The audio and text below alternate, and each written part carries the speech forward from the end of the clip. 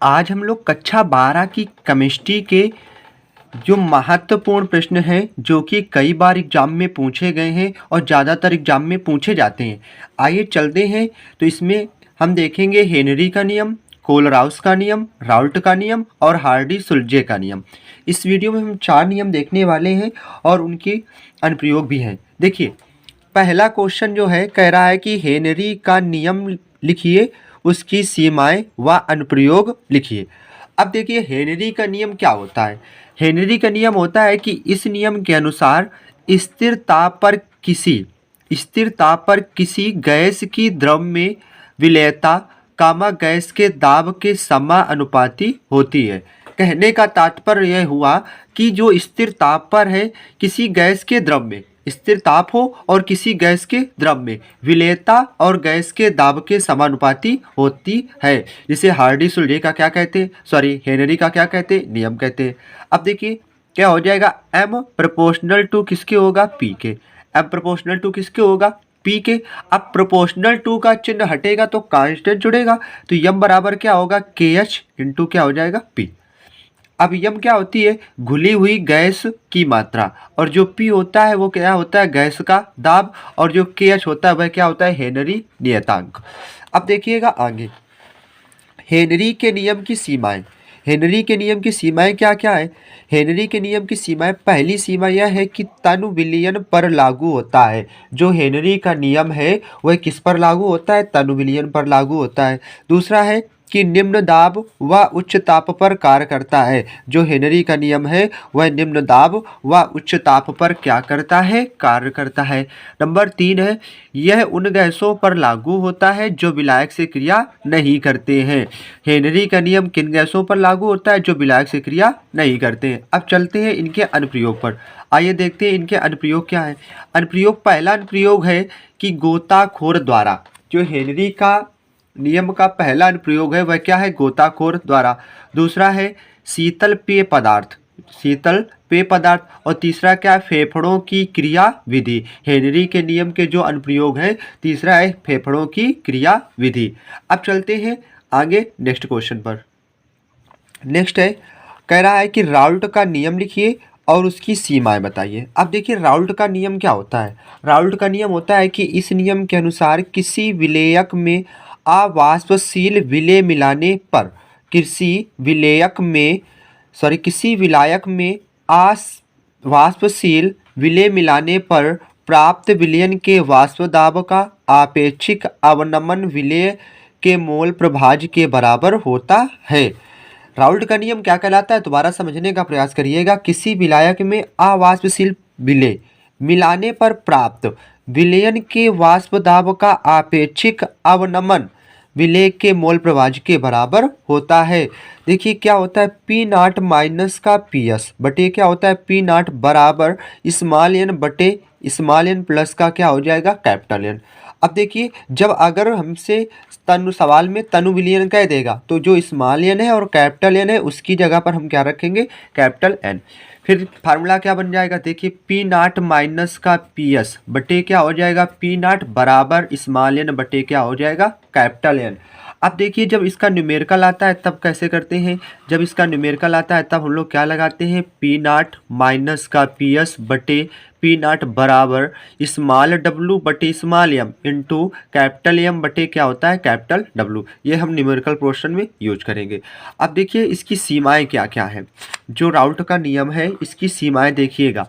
इसकी सीमाएं क्या है, पहले है कि यह तन विलयन में लागू होता है, यह तन विलयन पर लागू होता है। यह वाष्पशील पदार्थों के विलयन पर लागू होता है।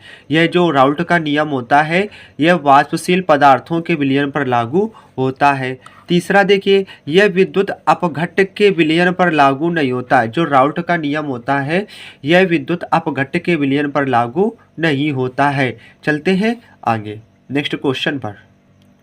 नेक्स्ट क्वेश्चन क्या कह रहा है, कह रहा है कि कोलराउस के नियम को परिभाषित कीजिए, इसका उपयोग भी लिखिए। अब देखिएगा कोलराउस का नियम क्या होता है। कोलराउस का नियम डिस्कस करते हैं। कह रहा है इस नियम के अनुसार अनंत तनुता पर किसी विद्युत अपघट्ट की मोलर चालकता, देखिए अनंत तनुता पर किसी विद्युत अपघट्ट की मोलर चालकता विलयन में उपस्थित धन आयनों तथा ऋण आयनों की मोलर चालकताओं के योग के बराबर होती है। आप लोग थ्योरी थोड़ा मन से पढ़िएगा। कह रहा है कि अनंत तनुता पर किसी विद्युत अपघट्ट की मोलर चालकता विलयन में उपस्थित धन आयनों तथा ऋण आयनों की मोलर चालकताओं के योग के बराबर होती है। तो देखिए लेमडा की पावर अनंत, फिर क्या लिखा है m, बेस में क्या है m, NaCl। ये मान लिया कि हमने कोई अनंत तनुता पर एक विलयन ले लिया, जो विद्युत अपघट्ट है वो ले लिया NaCl। एक बार कह रहा है कि नहीं धनायन तथा ऋण आयनों की मोलर चालकताओं के योग की क्या होता है बराबर। तो एक बार हमने जो Na हमें पॉजिटिव चार्ज देता है और जबकि Cl कैसा चार्ज देता है निगेटिव। देखिए लेमडा की पावर अनंत, ये क्या लिखा है m, Na प्लस हो जाएगा, फिर प्लस लेमडा की पावर अनंत m, Cl कैसा हो जाएगा निगेटिव। यही क्या है कोलराउस का नियम। अब देखिएगा अगला, इसके जो अनुप्रयोग है कोलराउस नियम के, क्या अनुप्रयोग। तो कोलराउस नियम का पहला जो अनुप्रयोग है, कह रहा है कि वियोजन की कोटि ज्ञात करने में, किसमें, वियोजन की कोटि ज्ञात करने में। तो वियोजन की कोटि कैसे ज्ञात करते हैं, किसी सांद्रता पर विद्युत अपघट्ट की मोलर चालकता तथा अनंत तनुता पर विद्युत अपघट्ट की मोलर चालकता। जो सांद्रता पर विद्युत अपघट्ट की मोलर चालकता होती है तथा अनंत तनुता पर विद्युत अपघट्ट की मोलर चालकता के अनुपात को वियोजन की कोटि कहते हैं। इसे कैसे कहते हैं, वियोजन की कोटि। अब वियोजन की मात्रा कह दो या कोटि कह दो, वह क्या होता है लेमडा की पावर c, जो कि सांद्रता है, फिर क्या है बेस में m बटे लेमडा की पावर अनंत, फिर बेस में क्या m, कहा था अनंत तनुता पर। तो इसका जो हो जाएगा कि वियोजन की मात्रा बराबर हो जाएगा लेमडा की पावर c, ये बेस में m हो जाएगा, बटे लेमडा की पावर अनंत, फिर क्या हो जाएगा m। अब चलते हैं आगे, देखते हैं हार्डी-सुलज़े का नियम। देखिए कह रहा है कि हार्डी-सुलज़े का नियम लिखिए। हार्डी-सुलज़े का नियम क्या होता है समझने का प्रयास करिएगा दोस्तों। देखिए हार्डी-सुलज़े का नियम, किसी आयन की संयोजकता, किसी आयन की संयोजकता जितनी अधिक होती है उसकी स्कंदन करने की क्षमता उतनी अधिक होती है। जो भी आयन हो उसकी संयोजकता जितनी अधिक होगी और वो स्कंदन करने की क्षमता उतनी ही अधिक होगी, वह चाहे जो भी आयन हो। फिर कह रहा है कि इस नियम को ही हार्डी-सुलज़े का क्या कहते हैं, नियम कहते हैं। दोबारा से समझने का प्रयास करिएगा। किसी आयन की संयोजकता जितनी अधिक होती है उसकी स्कंदन करने की क्षमता उतनी अधिक होती है। इस नियम को ही क्या कहते हैं, हार्डी-सुलज़े का नियम।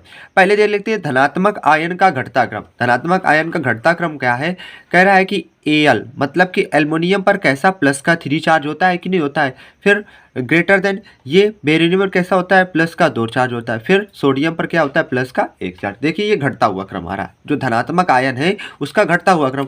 अब ऋणात्मक आयन के घटते हुए क्रम की बात कर ली जाए तो जो ऋणात्मक आयन का घटता हुआ क्रम होता है, देखिए क्या PO4 मतलब फास्फेट पर 3 चार्ज होता है माइनस का, और जो SO4 है मतलब सल्फेट पर क्या होता है माइनस का 2 चार्ज होता है। और जो क्लोरीन क्या है Cl, क्लोरीन पर क्या होता है माइनस का चार्ज होता है कि नहीं होता है।